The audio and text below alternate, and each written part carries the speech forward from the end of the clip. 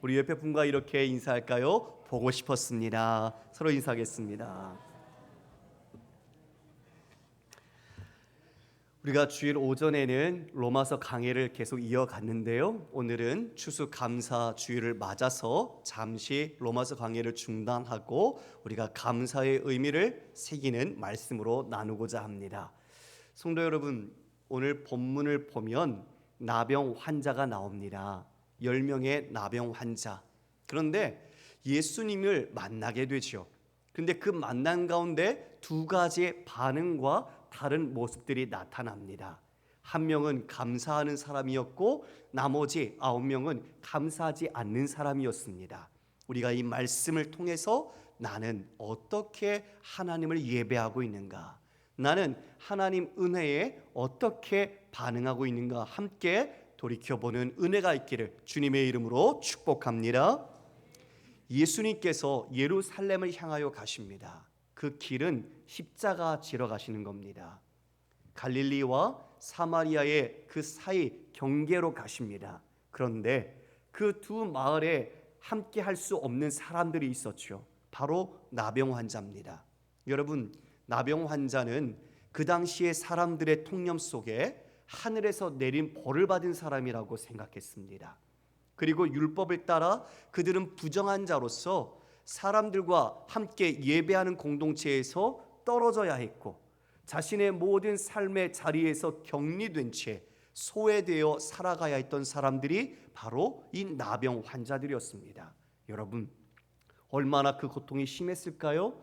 단지 나병이라는 것 때문에 내 몸이 힘들고 어려운 것도 있는데 이것이 하나님의 벌을 받은 자라고 여겨지는 마음과 자신의 일상의 자리에서 떠나서 격리된 채 버림받은 채 멸시받으며 사람들이 가까이 하지 않는 자신을 볼 때 그 삶이 얼마나 고통스러울까요?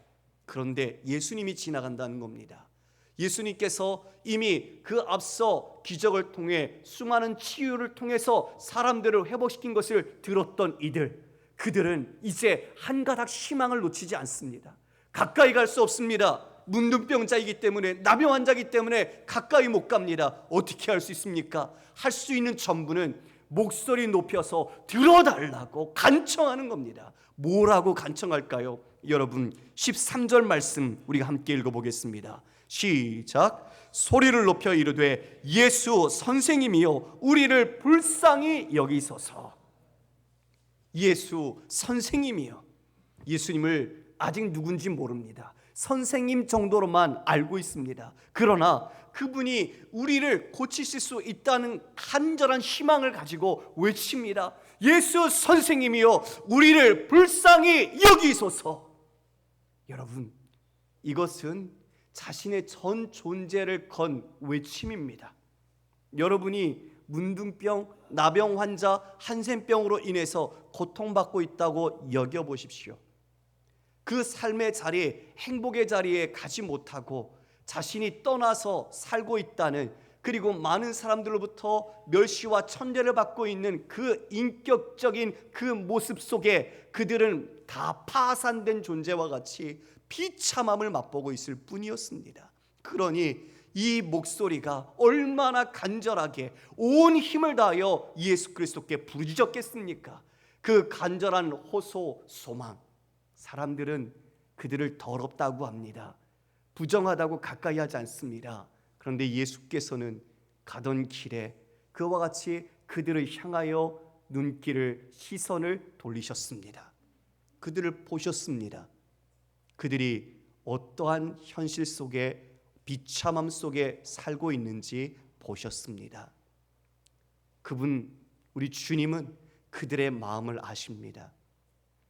그들의 뼛속까지 있는 그 깊은 고통과 외로움을 아십니다. 주님은 그들을 긍휼히 여기셨습니다.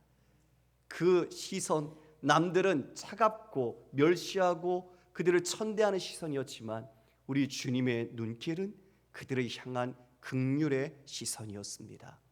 이에 주께서 말씀하십니다. 그런데 여러분, 뭔가 이상합니다. 왜냐하면 그들이 자신을 불쌍히 여겨달라는 것은 지금 무언가를 해서 그들의 병을 치유해 주시기를 원하시는 거겠죠. 그런데 예수님은 깨끗함을 입으라, 이와 같은 말씀을 하지 않습니다. 뭐라고 말씀하십니까? 그것이 14절에 나옵니다. 가서 제사장들에게 너희 몸을 보이라. 여러분, 가서 제사장들에게 너희 몸을 보이라는 거예요. 그런데 여러분, 지금 몸이 어떤데요? 지금 나병이 다 발한 자신의 몸이에요. 이 몸을 보이라는 거잖아요. 이게 말이 돼요? 아니, 불쌍히 여겨달라고 했는데 왜 이렇게 말씀하시는가? 무언가 손을 대시면서 깨끗하게 치유해 주시면 모르겠는데 그런 몸짓도 없으시고 단지 말씀만 주셨는데 제사장에게 가서 내 몸을 보이라. 여러분, 제사장에게 보이라는 것은요, 당시에 이 나병이 깨끗이 나은 판정을 제사장이 했기 때문이에요. 제사장이 그 나병 환자의 몸을 보고 깨끗이 피부가 정결하게 되었을 때 이제 다 치유되었다는 것을 선언해 주거든요. 그러면 그때 비로소 이제 돌아갈 수 있는 거죠. 자신의 공동체로, 자신의 집으로, 옛 삶으로 돌아갈 수 있는 겁니다. 지금 예수님께서는 그렇게 제사장에게 내 몸을 가서 보이라는 거죠. 예수님은요, 이미 이 말씀을 하신 것은 가는 길 도중에 이 모두가 치유받을 것을 작정하신 것입니다. 그러나 그들은 알지 못하죠. 그들은 지금 예수님의 말씀을 붙잡고 따라서 순종합니다. 이제 제사장에게로 향합니다. 그런데 어떤 놀라운 일이 벌어집니까? 우리 14절 끝절에 보니까 이렇게 말하고 있어요. 그들이 가다가 깨끗함을 받은지라. 할렐루야. 여러분, 깨끗함을 받았어요. 여러분, 얼마나 뛸 듯이 기뻤을까요? 진짜 얼마나 그 마음이 즐거웠을까요? 그동안 받았던 모든 억울함, 그리고 이와 같은 멸시와 천대, 그 모습들이 다 주마등처럼 지나가지 않았을까요? 이제 나는 돌아갈 수 있다. 예전의 내 삶으로, 이제 자유한 나의 몸으로 다시 돌아갈 수 있다. 그 마음이 얼마나 기뻤을까요? 감격스럽지 않았겠습니까? 그들 모두가 다 그 치유함을 받았습니다. 그런데요, 15절에 보면 다른 한 사람이 나옵니다. 우리 15절 함께 읽어보겠습니다. 시작. 그 중에 한 사람이 자기가 나은 것을 보고 큰 소리로 하나님께 영광을 돌리며 돌아와 예수의 발 아래 엎드려 감사하니 그는 사마리아 사람이라. 여러분, 그 중에 한 사람, 바로 그 한 사람이 자기가 어떻게 됐어요? 나은 것을 봤어요. 자기만 봤을까요? 10사람 모두가 다 자기 몸을 보고 나은 걸 알았어요. 그렇죠. 그런데 그 10사람 중에 한 사람만 지금 돌아오는 거예요. 나머지 9사람은 어디로 갔을까요? 제사장에게 갔겠죠.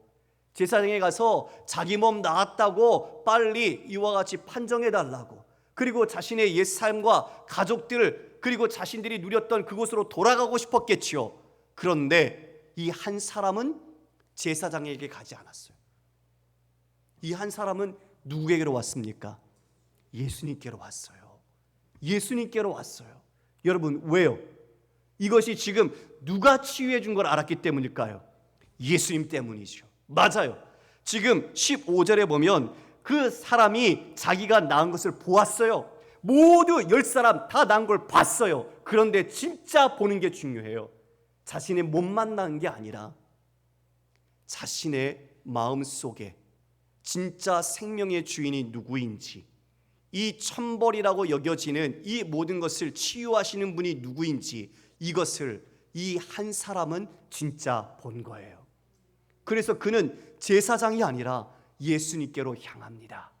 예수님이 하나님이시며 이것을 이와 같이 권능 가운데 행하셨다는 것을 그는 감사로 표현하는 것이죠. 그래서 예수님께 왔습니다. 그리고 어떻게 합니까? 그가 큰 소리로 하나님께 영광을 돌리며 돌아와 예수의 발 아래 엎드려 감사하더라. 할렐루야. 여러분, 엎드린다는 말이 예배한다는 뜻입니다. 엎드린다는 것이 제사하고 예배한다는 거예요. 섬긴다는 거예요. 그런데 무엇으로 섬겼습니까? 감사로 예배했습니다. 감사로 우리 예수님께, 하나님께 영광을 돌렸습니다. 성도 여러분, 진짜 돌아가야 될 자리가 어디예요? 우리가 몸만 나으면 내가 하나님 다 잘 섬길게요. 내가 원하는 소원 들어주시면 내가 하나님 잘 섬길게요. 우리가 그렇게 하면 정말 하나님 잘 섬깁니까?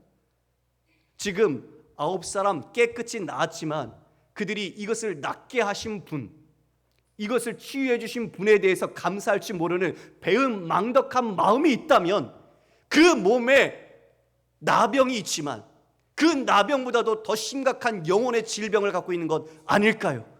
진짜 생명의 주인, 진짜 우리의 참된 주인을 알지 못한다면 이 몸뚱아리가 나아서 그 모든 것이 죄를 짓는다면 진짜 더 심각한 상황이 되는 것 아니겠습니까?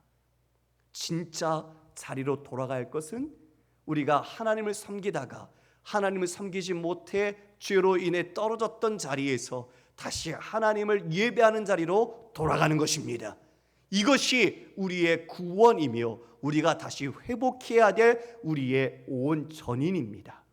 지금 이 한 사람은 바로 예수 그리스도를 알았습니다.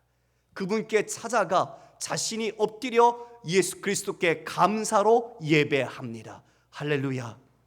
여러분, 우리도 이 말씀을 들으면 이런 생각이 들어요. 나는 그럼 어떤 사람인가? 9사람처럼 이제 나았구나, 이제 옛 내 자신으로 돌아가고 내가 자유롭게 살 수 있겠다, 기뻐서 나를 낫게 해주신 분을 기억지 않고 그냥 자신의 길로 가는 사람, 거기인가? 아니면 내가 하나님께 이 모든 은혜를 깨닫고 감사하며 돌아와 먼저 주님께 예배하는 자인가? 우리는 이 질문을 받게 됩니다. 성도 여러분, 우리가 받은 은혜가 얼마나 큽니까? 여러분, 진짜 그 은혜를 날마다 발견하면서 여러분의 가족들, 교우들, 그리고 함께하고 있는 이웃들과 함께 감사를 표현하고 계십니까? 우리가 감사를 표현할 수 있어야 합니다. 좋은 소식 하나를 들었습니다. 우리 김영미 전도사님이 할머니가 되셨어요. 주중에 손자가 태어났습니다. 그런데 아드님이 이제 그 옆에서 아내가 온갖 산고를 겪는 것, 고통스러워하는 모습을 다 지켜봤잖아요. 그 생명 잉태하고 그 생명이 나온 것까지 그 모든 과정을 다 봤잖아요. 얼마나 힘들고 얼마나 어려운지 봤잖아요. 그러면서 우리 전도사님한테, 엄마, 나도 이렇게 낳을 때 엄마 힘들었어요? 엄마 고생했어요? 그러면서 하는 말이, 엄마 감사합니다. 진짜 감사하죠. 그렇죠? 예수님께서는 우리에게 생명을 주시기 위해서 성육신 하시고 십자가의 죽음을 당하시고 장사까지 되셨습니다. 우리는 그 무한한 구원의 생명과 은혜를 받았는데 우리는 정말 감사하고 있을까요? 여러분, 감사를 잃어버리고 살지는 않았습니까? 두 종류의 사람이 있다고 그래요. 늘 이렇게 은혜를 받지만 그 은혜보다도 내가 더 바라는 것에 늘 관심이 가니까 내게 더 무언가를 해주셔야 되지 않습니까? 라고 바라는 사람이 있고요. 또한 다른 사람보다 비교할 때 아무것도 잘할 것이 없지만 그 보잘것없는 작은 것에도 감사하면서 주님을 기뻐하는 사람이 있어요. 성도 여러분, 여러분 어떤 사람이 되고 싶습니까? 여러분, 정말 작은 것에 감사하는 사람은요, 사탄도 못 건드려요. 늘 감사하거든요. 힘든 걸 줘도 감사하고, 재앙을 줘도 감사하고, 어려움을 주어도 감사해요. 그러니 어떻게 되죠? 그 어려움이 변하여 하나님의 축복이 되는 것입니다. 여러분, 놀랍지 않습니까? 왜 우리가 감사를 잃었을까? 돌아보니까 매일 산 넘어 산이라고 우리의 마음이 문제들에 빠져 있는 거죠. 크고 작은 문제들에 늘 빠져 있는 거예요. 그래서 문제가 해결되는데도 감사할 기회와 감사의 마음을 놓치고 또 다른 문제에 내 마음이 온통 얽혀 있는 거예요. 그러니 문제 속에서 늘 헤매다가 우리의 인생 주님 앞에 마지막 서는 날, 여러분 감사 한번 표현하지 못하고 주님 만나면 여러분은 어떻게 하시겠어요? 정말 감사하다는 말씀 한 번도 못하고 주님 앞에 만나면 미안하지 않겠어요? 우리가 성도라면 하나님의 주신 큰 은혜를 감사하며 사는 것, 그것이 우리의 삶의 양식이 되어야 하는 줄 믿습니다. 그처럼 이 시편 50편 23절 말씀에 이와 같이 이야기합니다. 감사로 제사를 드린 자가 나를 영화롭게 하나니 그의 행위를 옳게 하는 자에게 내가 하나님의 구원을 보이리라. 아멘. 감사로 제사 드리는 자, 바로 그에게 하나님의 그 구원을 나타내 보이겠다. 감사는요, 여러분, 최고의 찬양이며 최고의 기도입니다. 믿음의 완성이며 우리 믿음의 고백이고 하나님을 향한 사랑의 고백입니다. 여러분, 감사하는 삶이 되시기를 주님의 이름으로 소망합니다. 우리가 이와 같이 감사해야 합니다. 문제보다 더 크신 하나님을 보아야 하고, 그 문제 속에 혼란스러워하는 것보다 더 뛰어나신 하나님이 계시다는 것을 우리가 보아야 합니다. 그때 우리는 우리의 마음을 감사로 하나님 앞에 나아갈 수 있는 것이죠. 9명, 그들이 나중에 예수님께 감사하려고 하는 마음이 있었을지도 모르겠죠. 그런데 여러분, 그들은 기회를 잃었어요. 왜요? 예수님이 십자가에서 돌아가셨기 때문에요. 항상 기회가 있는 게 아닙니다. 우리 부모님도 우리를 늘 기다려주지 않습니다. 우리에게 오늘이라는 시간을 주셨을 때 우리는 하나님께, 그리고 사랑하는 부모와 자녀, 우리의 모든 이웃들에게 감사를 표현해야 할 것입니다. 우리는 간혹 이런 말 하지요. 뭐 감사할 게 있어야 감사하지, 그렇죠? 그러나 여러분, 진짜 우리가 감사하지 못하는 이유가 뭘까요? 감사에 대하여 마음을 눈뜨지 못하기 때문이죠. 나를 보기 때문입니다. 내 문제와 상황을 보기 때문입니다. 그러나 눈을 들어 주를 바라볼 때 우리는 진짜 감사가 우리의 삶을 감싸고 있다는 것, 그 은혜로 우리가 충만하게 그 모든 삶에 서 있다는 것을 발견하게 될 것입니다. 받은 것이 없어서 감사하지 못합니까? 우리가 이 시간 우리 손양원 목사님, 사랑의 원자탄이라는 별명을 갖고 계시죠. 아시는 것처럼 애양원, 한센병을 갖고 있던 사람들을 치유하고 그곳에서 그들을 목양하셨습니다. 여순 사건으로 인해서 두 아들, 손동인, 손동신, 사랑하는 두 아들을 잃었죠. 공산주의자들, 그들에 의해서 죽음을 당했습니다. 본인께서도 나중에 순교하셨습니다. 그러나 그 두 아들을 죽인 그 원수와 같은 그 청년을 다시 회개시켜서 자신의 양 아들로 삼아 줬습니다. 그분이 두 아들을 잃고 슬픔 속에서 장례식 가운데 하나님께 드렸던 9가지 감사의 기도, 우리가 함께 보도록 하겠습니다.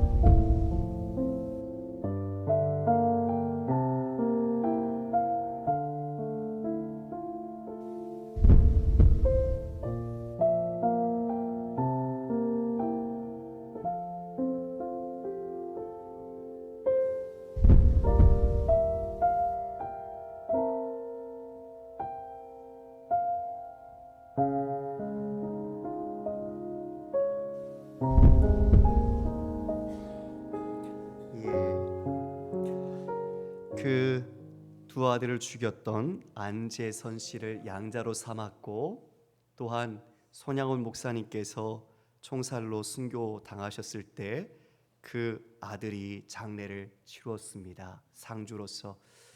성도 여러분, 감사는요, 감사할 수 있어서 감사하는 게 아닙니다. 그리스도인은, 성도는 감사자입니다. 우리는 모든 것이 감사한 자들입니다. 우리가 죄인 되어서 진짜 죽을 수밖에 없었던, 희망조차 꿈꿀 수 없었던 우리를 예수님께서 대신 죽으시고 우리를 양자 삼으셔서 하나님의 자녀로 세워주셨습니다. 그 사랑 우리 누구 한 사람도 예외 없이 다 받았습니다. 그 은혜를 입었습니다. 여러분, 우리의 불평하는 마음이 있습니까? 불평을 그치십시오. 그리고 여러분의 그 모든 삶의 자그마한 것에서 감사를 발견하십시오. 그러면 더 큰 감사가 계속 생각되고 발견될 것입니다. 우리 모든 성도들이 감사로 예배하는 자, 우리의 삶이 어려움이 있지만 그 어려움을 뛰어넘는 하나님의 원천적인 은혜와 생명과 구원을 얻은 자로서 삶의 모든 자리에서 감사로 예배하는 우리 교우가 되시기를 주님의 이름으로 축원합니다.